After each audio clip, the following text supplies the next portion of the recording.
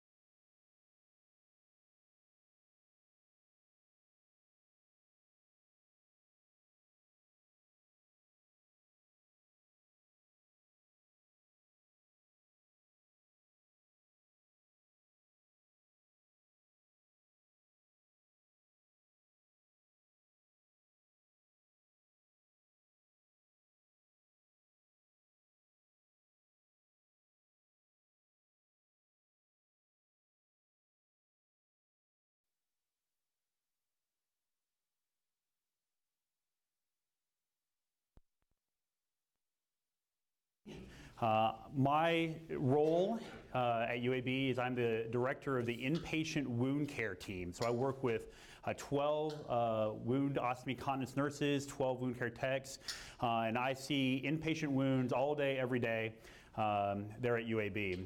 Part of what I do is look for patients who might benefit from hyperbaric oxygen therapy. A lot of my patients with wounds will benefit from it, and so that's part of my job. And then I also help cover the hyperbaric oxygen therapy clinic when they need me. I got interested in wounds and then hyperbaric oxygen therapy after traveling to Haiti after the earthquake, and saw a lot of patients with wounds there, and realized that as a physician, I had almost no knowledge about wound care. What did I know? Wet to dry dressings, maybe wound vacs. I just didn't know that much about the science of it. And so that's really what piqued my interest. I am really excited about hyperbaric oxygen therapy. I think that it is very good in the right patient population. We don't put just anybody in the hyperbaric chamber. We try to find the patients who will benefit from it. And I'd like to spend some time talking with you about that today. As a disclosure statement, I want to make sure that everybody knows that I work for UAB and that I do not have any significant financial relationships to disclose. I'm not going to talk about any unapproved or investigational uses of products or devices. This is not supported by an educational grant.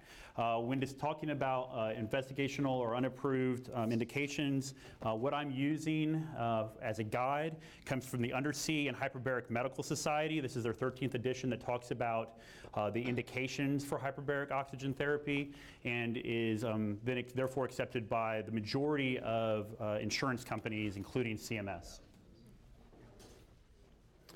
Our objectives today, I want to define exactly what is hyperbaric oxygen therapy, explore the mechanisms of action of HBO, learn what are the reasons why we might use HBO, and then I also want to make sure that we talk about the potential complications of hyperbarics. So what exactly is hyperbaric oxygen therapy? All right, it's a treatment in which a patient is breathing 100% oxygen, usually sometimes consistently and sometimes intermittently while inside of a treatment chamber that then increases the pressure over time to a level that's greater than sea level. When we think about clinical hyperbarics, we're talking about greater than 1.4, 1.5 atmospheres. We're at 1 atmosphere here at sea level, and then as we increase our pressure, we talk about 1 atmosphere of pressure as being 33 feet of seawater for any of the divers that are in the room. We are using oxygen as a drug. And when we do that, we have to think about what is our route of delivery, what is the mechanism of action, what's the dosage of oxygen. It's a drug. We need to think about its indications and contraindications, and of course, side effects.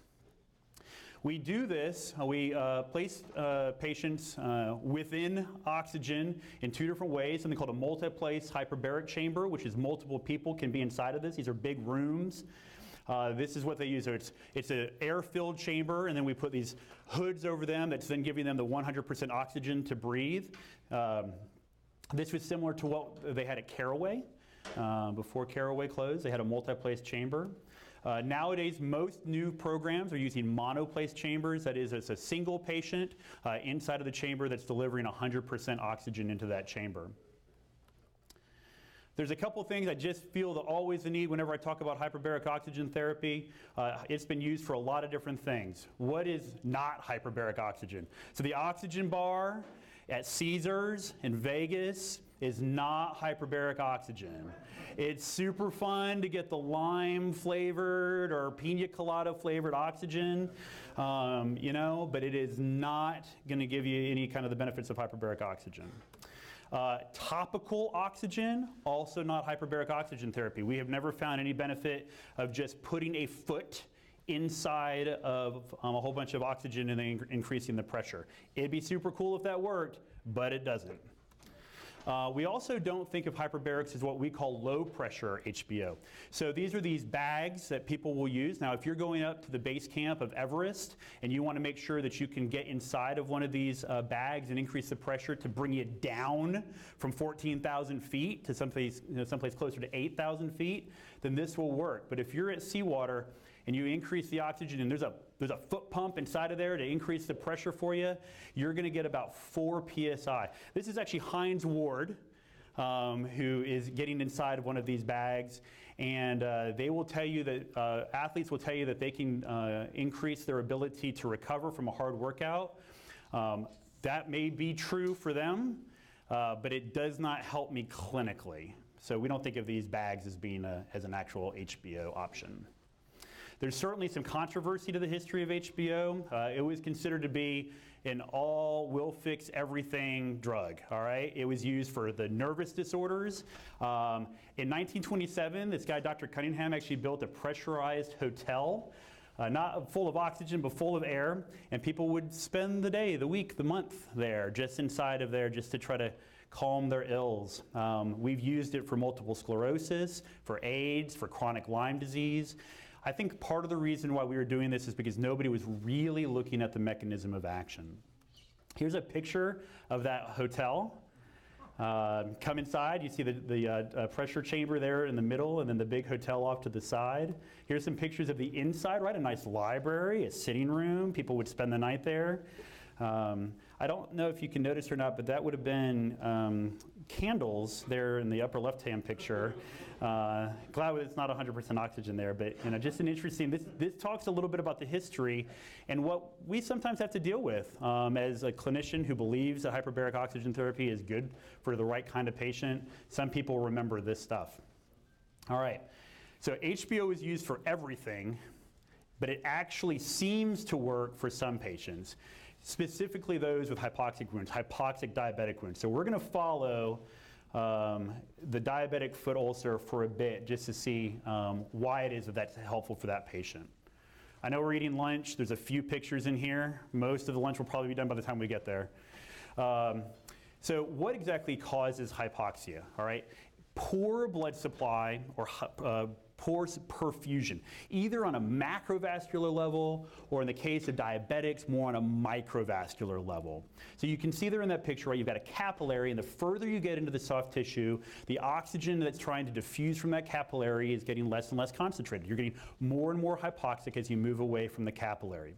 There are other things that cause hypoxia too, such as edema, infection, inflammation of any kind, but then also just anything that might cause vasoconstriction. Pressors, we do that to people. There are some drugs out there, of course, that will cause this. Cocaine, amphetamines, and their derivatives will certainly cause hypoxia. So what is it that we can do for a patient with a diabetic foot ulcer? All right, we can debride it, right? We know that we can cut on it. We can use antibiotics if it's infected. We have all kinds of, there's over 1,000 different wound dressings we can choose from.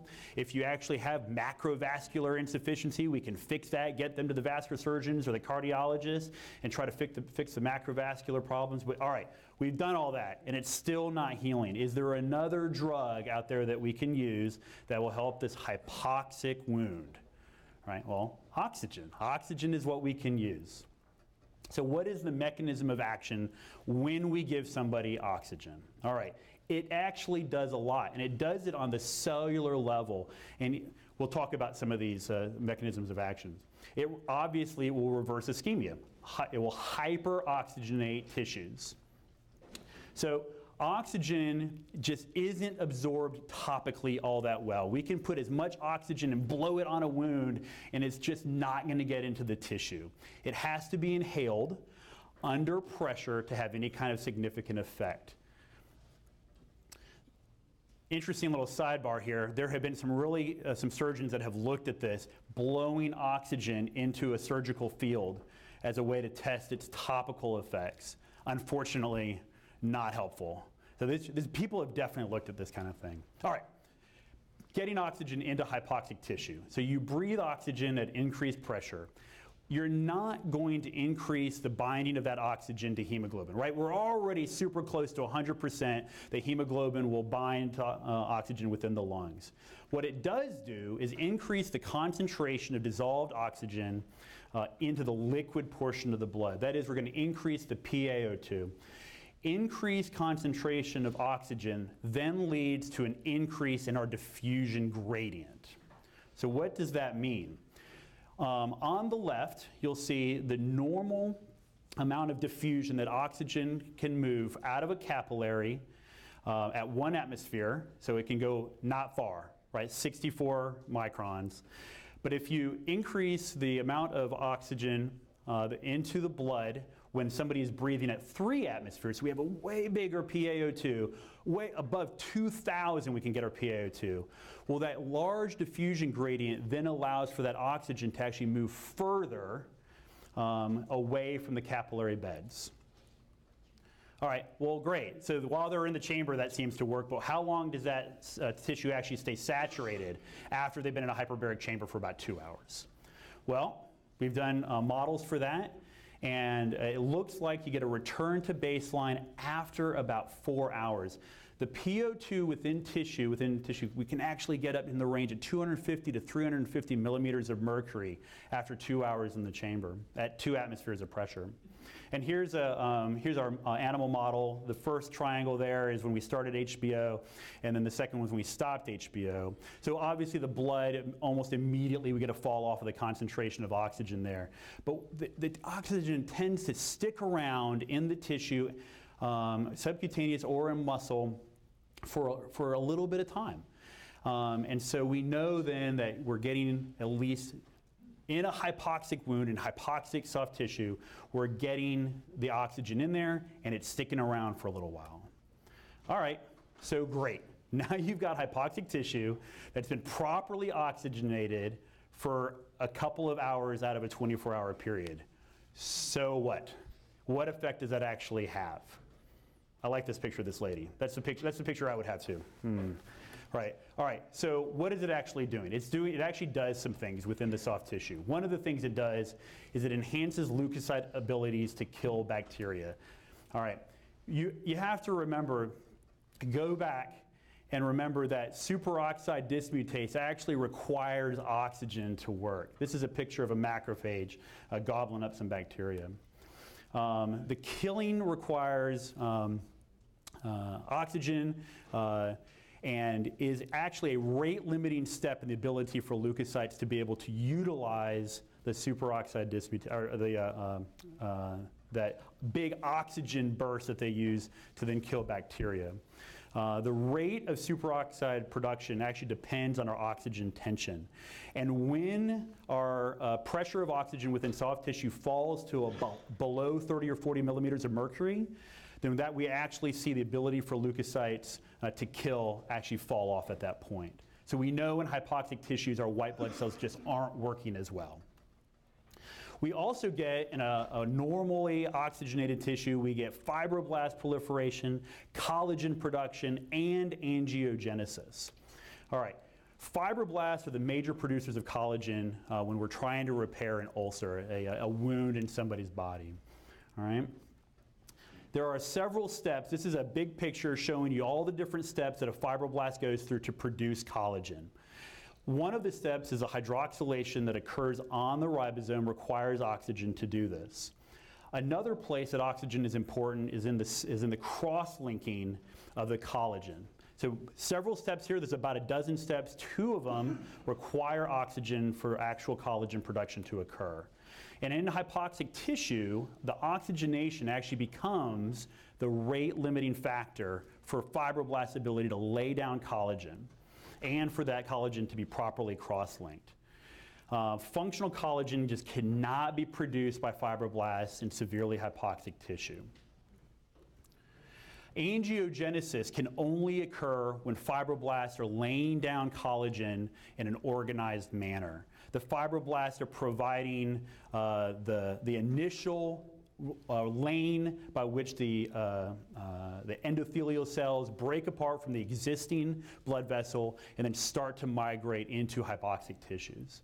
That basement membrane can only be split apart and then extended into the hypoxic tissues if fibroblasts are working properly. Cellular signaling is actually being affected when we give oxygen to hypoxic tissue. And that's, I think, the part that actually got me excited about this, because, you know, unless there's actually something going on, all you've really done is put somebody in the chamber and take them out, and 2 months later you're like, hey, look, your wound got better. But if there's actually something going on a cellular level, then you can think perhaps the hyperbarics is contributing to that, and not just something on the side that we're doing. Leukocytes aerobically produce lactate as a byproduct of that superoxide burst. When you get an increase in lactate within the soft tissue, you get a release of endothelial and macrophage release of VEGF and then a bunch of other growth factors. So when you put somebody in the hyperbaric chamber, we actually affect their tissue concentrations of VEGF, that's HIF1, PDGF, TGF-B, right? A bunch of stuff that I didn't really remember before I got all into this. But needless to say, we're getting an increase in cellular signaling. Nitric oxide is a big player in the ways that hypoxic wounds respond to hyperbarics. It needs oxygen along with L-arginine to make nitric oxide. And nitric oxide is this small, diffusible messenger that is being signaled by oxygen availability and is a vasodilator.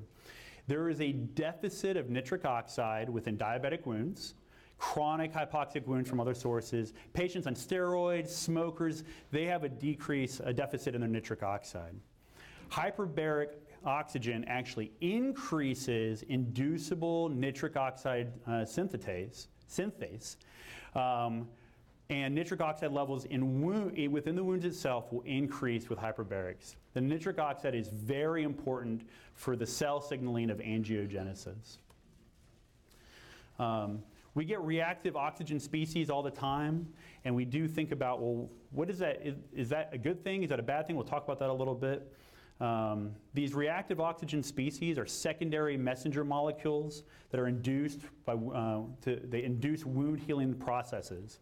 They're really big on controlling inflammation. As we increase our reactive oxygen species, all of those cellular signals that we were talking about before, PDGF, VEGF, those all increase. As we increase our reactive oxygen species, we also increase our nitric oxide species. I'm just telling you all of this to tell you that stuff is actually happening on the cellular level. If you wanted to study that, there's people doing that kind of research to figure out why is it that we're actually getting wound healing when we treat patients with hyperbaric oxygen. The other thing that we do is reduce ischemia and reperfusion injury. All right, when blood vessels lose perfusion, even for as little as 2 hours, they actually upregulate ICAM1 receptors that are along the endothelium within inside of the blood vessels. When perfusion is then restored, when reperfusion occurs, neutrophils are attracted to those ICAM1 receptors and become activated. This is one of the big reasons why we see when reperfusion occurs, we get all of this edema, why we get inflammation that occurs, and why injury normally occurs. Hyperbarics actually blocks the adherence of those neutrophils to the endothelial lining after that perfusion has been restored. So this is the one way that hyperbarics works well in crush injury or in other times when there's ischemia that's occurred, because it actually reduces the secondary inflammatory injury and that neutrophil activation. This is just these are just cool pictures here. This is a guy who lost his arm and had it re-implanted. You will see this kind of thing happen, and everybody's super excited, high-fiving each other, walking out of the OR because you've got perfusion into this guy's fingers after he's freaking cut his arm off, and then the thing dies about a week later because of the reperfusion injury that occurs, and all of the edema and all of the inflammation that occurs. All right. So what about the oxidative stress that's occurring with hyperbarics? Isn't that bad? Don't we want to reduce that? Well, it turns out that we think about free radicals as being involved in normal physiology. Hyperbarics will increase free radical synthesis. That definitely happens. But what we've found is that the cellular antioxidant defenses that our own body has against these free radicals are actually increased as well. And we do not see a total amount of free radical effects, probably because of these antioxidant defenses also being ramped up. We'll talk a little bit more about this as we go through. All right. HBO induces production of antioxidant defenses through a couple different ways. The superoxide dismutase, catalase, glutathione peroxidase, and that same inducible nitric oxide synthase is also really important for this. So it's one of the things that you hear about, and you want to make sure, well, yeah, are we actually hurting people? We don't want to hurt people. So when do we actually use hyperbarics? There's lots of different ways that we can use it. All right, and I've mentioned this book. This is where most of these indications come from. And there's two slides worth of accepted indications. Decompression sickness for divers, gas or air embolism. We know about carbon monoxide poisoning. Also important for certain kinds of infection. We can use it for acute ischemic events. We can use it in the selected problem wounds. Severe anemia. If you get somebody, we will occasionally have a trauma patient who doesn't want to receive blood products, who will bring their hemoglobin down to single numbers or less. We can actually put them in the hyperbaric chamber, superoxygenate the liquid portion of their blood. They don't have any hemoglobin, but we've kept them full with lactated ringers and other and starches. Well, we can superoxygenate that and at least keep some oxygenation of the soft tissues going while their body recovers from trauma. There's a couple of other reasons too, mostly infections, intracranial abscesses, necrotizing soft tissue infections, refractory osteomyelitis works well for this, delayed radiation injury. If somebody is not having good blood flow into a graft or a flap, a surgical graft or flap, we can superoxygenate that for at least a little while and see if we can bridge that graft or flap into success.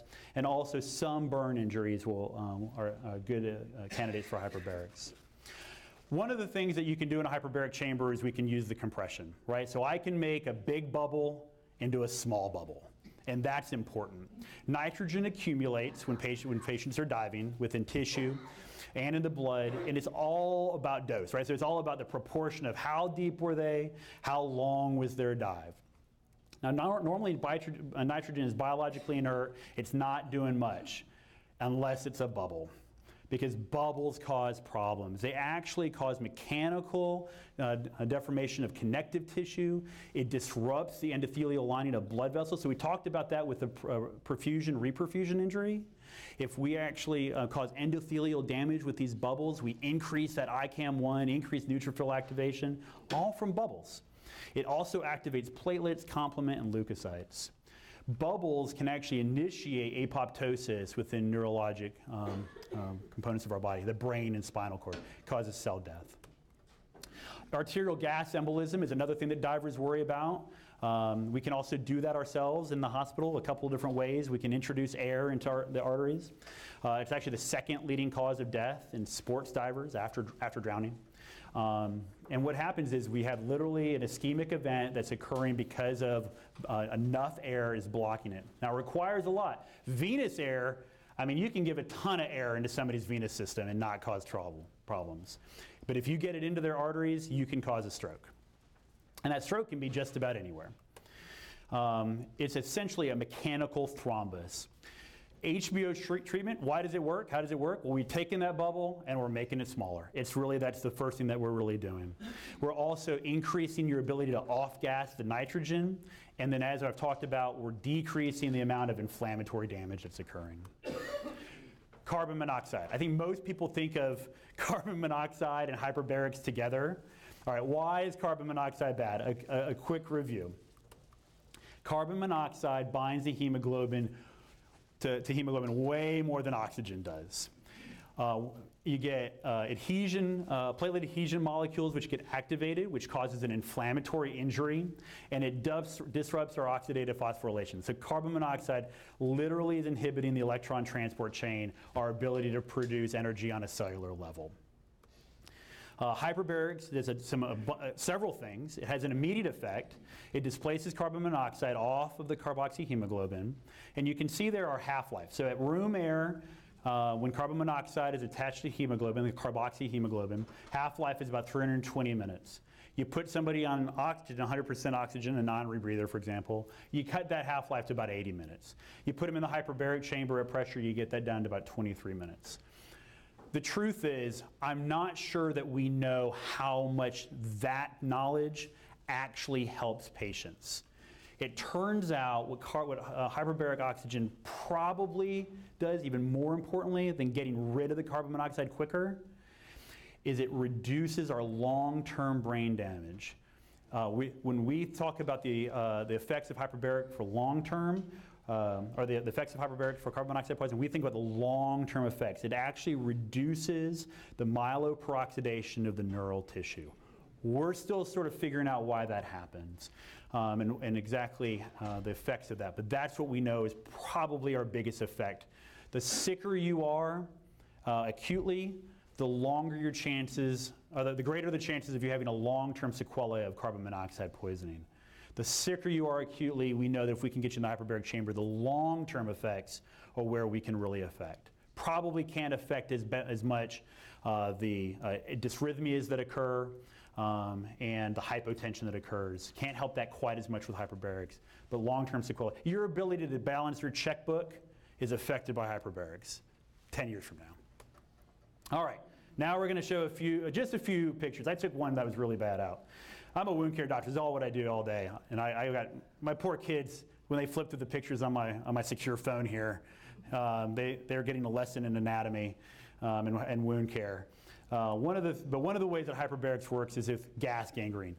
Clostridium perfringens is an anaerobic gram-positive rod. It produces this alpha toxin, which disrupts our normal cellular function. Normally, this is a surgical disease, right? We need to get it to the operating room for debridement. We've got to get antibiotics on board. Hyperbarics we think of as an adjunct to that, but it definitely helps. It turns out that Clostridium perfringens will stop replicating if you can get the oxygen tension up above 250 millimeters of mercury. Alpha toxin is actually inactivated at a high enough oxygen tension concentration. So we can stop the progression of the disease inside of the hyperbaric chamber. Necrotizing fasciitis, I don't ever know whether necrotizing fasciitis is a subset of gas gangrene or gas gangrene is more of a subset of necrotizing fasciitis. Necrotizing fasciitis is often a strep or a polymicrobial infection, but it has a horrible mortality rate. Also a surgical disease. We usually have a compromised host. We think about Fournier's disease or Fournier's infection with this. Certainly a necrotizing infection of the feet or the extremities, sometimes rapidly progressing, not always. We can definitely be an adjunct to surgical and medical management by lowering mortality and also lowering amputation rates. Hyperbarics, another indication for hyperbarics is the enhancement of healing in selected problem wounds. Not for all wounds, certainly, but in the selected problem wounds, it definitely will work. We typically will utilize this in the diabetic wound because we know that we can induce angiogenesis, so new blood vessels can grow into hypoxic tissue. Diabetics have hypoxic wounds because of their capillary disorder. And we typically will hold until the patient has a bad enough infection. There's a scale called the Wagner grade scale. We all learn it because that's what the insurance companies want us to learn. There's also other ways to categorize these things, Texas scale, other things. But the Wagner scale is utilized. Essentially, if you've got a diabetic foot ulcer plus a deeper infection like osteomyelitis or gangrene, then that's when we're going to think about hyperbarics. We're going to think about it when you've already done a month's worth of treatment and you're just not getting better. We've done debridement, we've done infection control, we've tested the arteries to make sure you don't have a macrovascular problem, and you still have a non-healing wound plus this deeper infection. It seems to be, it's not either getting worse or it's just not getting better. Then we will utilize hyperbarics. It definitely reduces the number of major amputations, and it definitely speeds up wound closure. All right, what you may not be able to see here is that this guy has an ulcer in a weird place. Is that a pressure ulcer? What's all that redness around it? It turns out that this is a surgery that occurred within an irradiated field. Any surgeons in the wound are going to know that you guys hate that, right? You're not going to have good tissue to operate in. How are we ever going to get this to heal? Well, it turns out that the late effects of radiation treatment can be helped by hyperbarics. Soft tissue or bony radionecrosis is going to be affected. Because what happens is in about 3% of patients who get a radiation oncology treatment will end up with these late effects. And you get what's essentially an obliterative endarteritis. What that means is you get capillary disruption, you get loss of blood vessel flow into this irradiated field. It's not the same cause as a diabetic foot ulcer, but it's the same end result. You've got this hypoxic area without good capillary blood flow into it. And so we know that hyperbarics is good for that. The soft tissue of these areas are hypocellular, hypovascular. So we're going to use hyperbaric oxygen therapy in the same way that we would use it for a diabetic foot ulcer. We also have a whole variety of acute arterial insufficiencies that hyperbaric oxygen can be used for, right? We know we can jam that oxygen into soft tissue, so in what ways can we utilize it? All right, central retinal artery occlusion is a rare, essentially stroke of the central retinal artery. It turns out that about 60% of the oxygenation of our retina comes from the central retinal artery in most people, and about 40% comes from the choroidal arteries. Well, if you get a blockage of the central retinal artery, because the retina is such it utilizes oxygen more than any other soft tissue in our body at the greatest rate, about 15, well, I've forgotten my milliliters of oxygen per minute per kilogram. So anyway, it uses more oxygen than any other tissue. Well, it does not handle that blockage of that 60% of oxygen if you get a blockage of the sentinel retinal artery because it gets occluded by a small little itty bitty blood clot. It's all it takes. But we can then superoxygenate, hyperoxygenate the blood that's going through the choroidal arteries, increase the amount of diffusion that the oxygen then will go through the soft tissue, and keep that retina alive for long enough until then the central retinal artery recannulates itself. It takes about 72 hours. We're not going in there with any devices and doing this, but just if we wait long enough, you know a blood clot is eventually going to break down. And so if we can get them in the hyperbaric oxygen chamber within 24 hours of onset of symptoms, and obviously 12 hours is better, and 6 hours is better than that, the sooner we can get them into the hyperbaric oxygen chamber, we can affect CRAO. We also will use it for crush injuries. Crush injuries, you get all this edema that occurs, and essentially it's a blockage of blood vessels, blood flow into that edematous tissue. One of the interesting things about hyperbaric oxygen therapy, right? So HBO will superoxygenate the tissue, but it causes vasoconstriction. So you actually will get a decrease in blood flow and therefore a decrease in edema while still keeping the tissue alive with the hyperoxygenation. So really good for crush injuries. Compartment syndrome, right? Still a surgical disease without question, but we can definitely help. Right, this is all about helping the penumbra, the area that's ischemic but not dead. I can't bring dead back to life, but I can sure help that ischemic, that tissue that's trying to die. Can I get enough oxygen to it while the rest of this, while we get through this acute injury? Acute traumatic ischemia, we've also utilized it for that. Sensory neural hearing loss, another indication that I didn't put on here because frankly I don't understand the mechanism of action for it, but another one of those if you can get them in the chamber quickly enough. We use it for compromised grafts and flaps. So surgeon puts on a graft, it's just sort of not getting enough blood flow, just not quite happy. You're seeing some of the edges are ischemic. Put that patient in the hyperbaric oxygen chamber, give them a couple treatments over a couple of days, and see if you can kind of get them through and see whether or not that graft or flap is going to survive. Refractory osteomyelitis. You've already given them oxygen, or you've already given them antibiotics for a month or 6 weeks. They still have the osteomyelitis. You've considered debridement of that bony tissue, just not getting better. We know that we're going to increase the abilities for the white blood cells to fight that infection, and it can definitely be used. I hope what you're seeing is this is not the primary treatment for most of these. These are adjuncts to everything else that we're doing. Now, I do want to make sure, since we talk about hyperbarics as a drug, I need to make sure that you guys know that there's contraindications to hyperbaric oxygen therapy as well. Wouldn't be fair to say it's this awesome thing with no problems whatsoever, because there are. We have to be careful. We have to pick the right patient.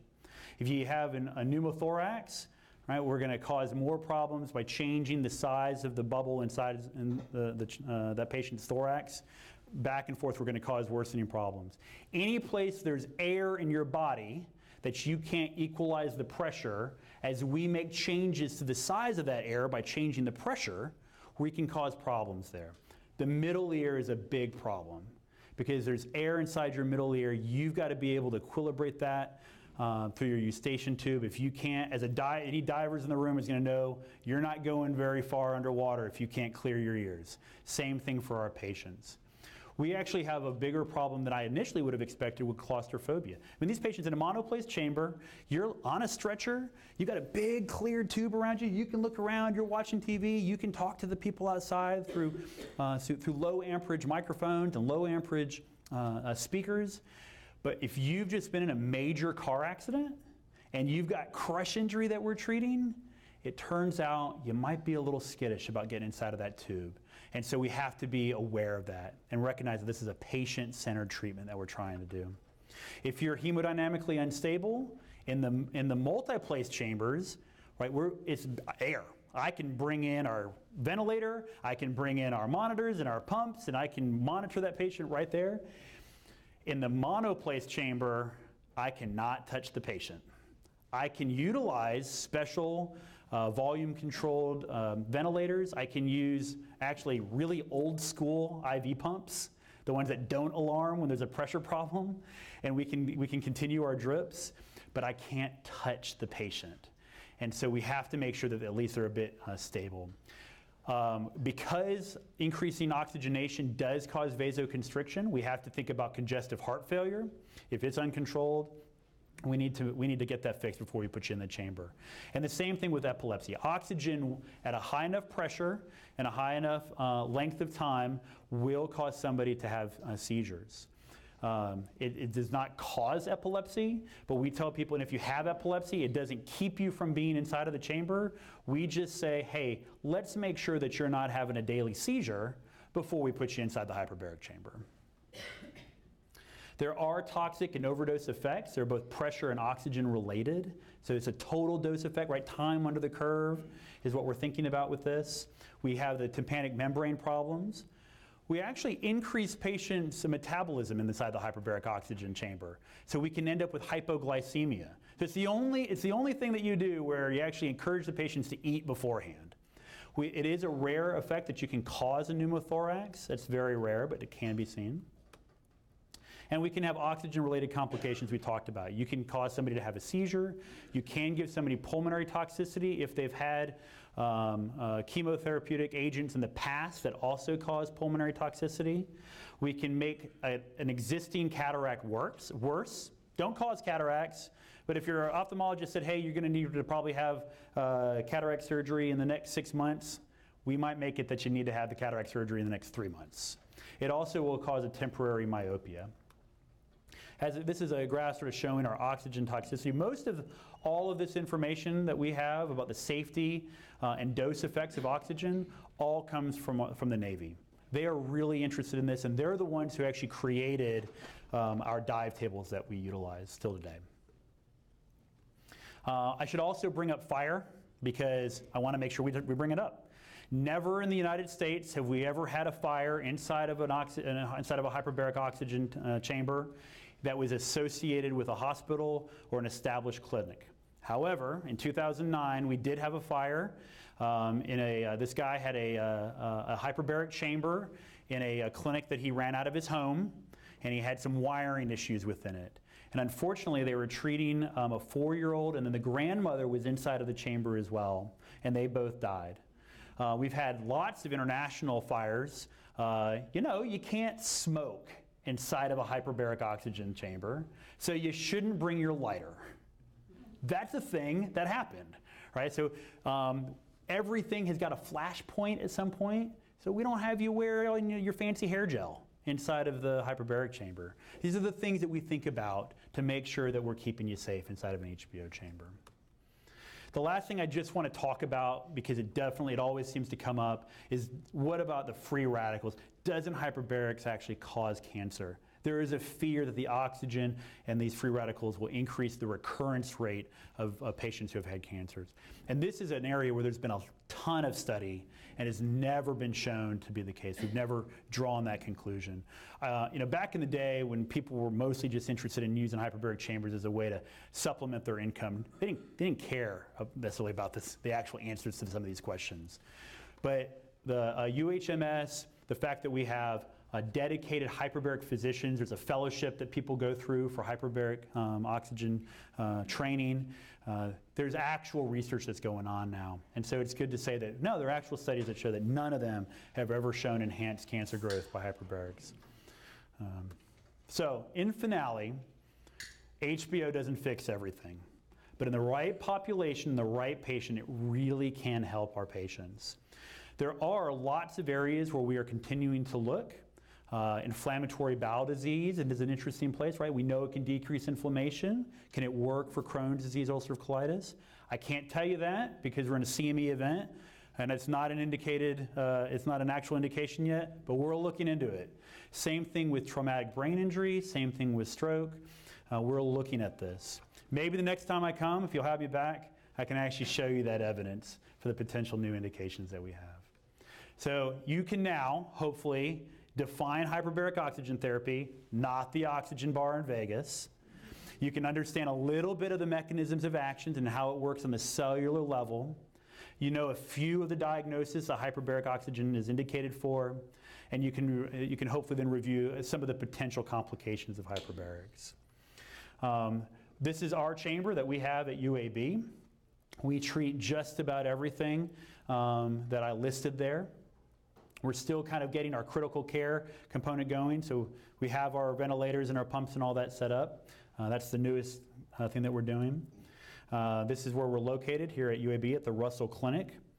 And if there's ever any questions or referrals, I don't actually work in that clinic. I'm not actually trying to refer you anywhere outside of St. Vincent's, but just know that it's there and that we like this stuff. We enjoy hyperbarics and are happy to help with any kind of questions that you might have.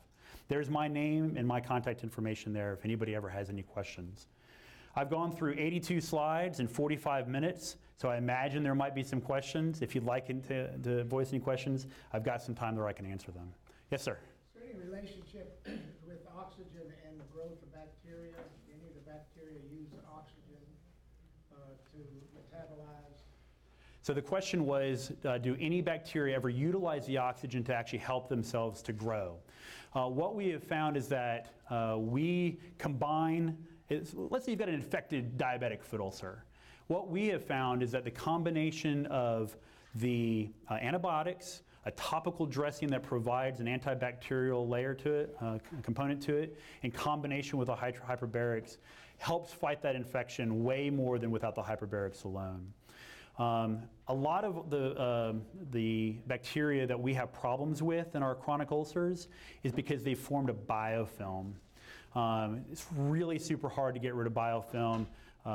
It's just this protective layer. About the only way you can really do that is with debridement. Sharp debridement is the best. Maggots are a great way to get rid of a biofilm. We use larvae bags to help get rid of that. We will utilize a variety of other topical dressings which have been shown to decrease biofilm.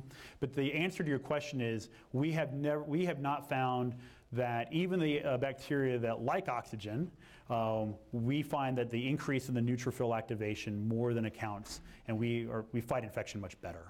Are you the only unit in town? No. The question was, are we the only unit in town? Hyperbarics is in a variety of different places. The majority, and I would say, I'd have to go through them all, but I actually think St. Vincent's main campus has a hyperbaric chamber now. Princeton, Shelby, most places have a wound care center and hyperbaric oxygen chambers. We are the only one that I know of that's open 24/7. So I take call in the middle of the night for diving accidents. I believe Princeton is officially the chamber for the alert or the dive network, but we are available. We take patients all the time with carbon monoxide poisoning and willing to treat that patients 24 hours a day, 7 days a week. Does Grandview have a So the question was, does Grandview have a unit? I know that they have a wound care center. Whether they have a hyperbaric chamber, I'm not sure. Yes, sir. In terms of, say, gross trauma, is there a volume expander that's preferred over others as far as being more receptive to the hyperbaric treatments? So the question was, in regards to gross trauma, is there a volume expander that's more, that's better in regards to hyperbaric oxygen? Most of the time within trauma, what we're going to utilize as our volume expander is blood. And really looking at, we don't have whole blood like the military does, but we have found that as close as we can get to whole blood for an acute trauma is going to be what we want to do. So we're giving packed reds, platelets, cryo, plasma as needed to try to equal as close as we can to whole blood resuscitation. And in that regard, I would say that hyperbarics is going to be the best. We're going to still utilize hyperbarics with blood in the best possible way. However, it still is going to dissolve into lactated ringers. It's still going to dissolve into normal saline. It's going to dissolve into some of these polystarches that are out there. And so from that standpoint, the PaO2, I don't know of as being different depending on whether you use LR or normal saline. I can tell you that that's never really been looked at. Clinically, I wouldn't think that would matter as much because of some of the laws of gases. You're still going to diffuse the oxygen into a liquid at the same rate, regardless of the other partial pressures of what else is dissolved into that fluid. We still use blood, though. Back to the question about bacteria.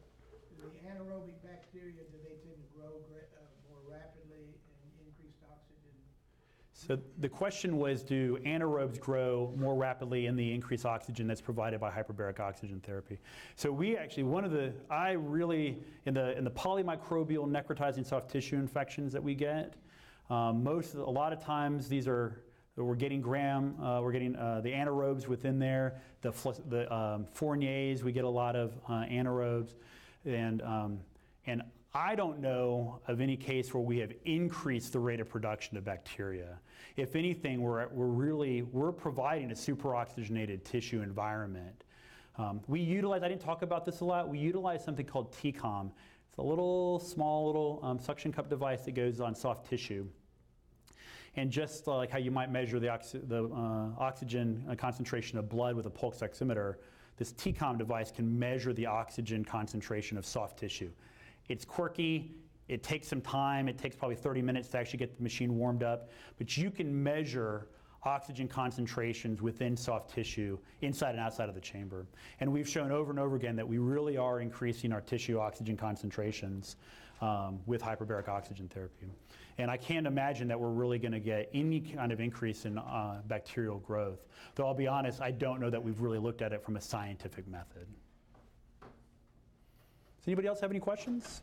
I'll be around for a little while longer if anybody else wants to come up and ask me some questions. I thank you very much for your time and allowing me to come here today.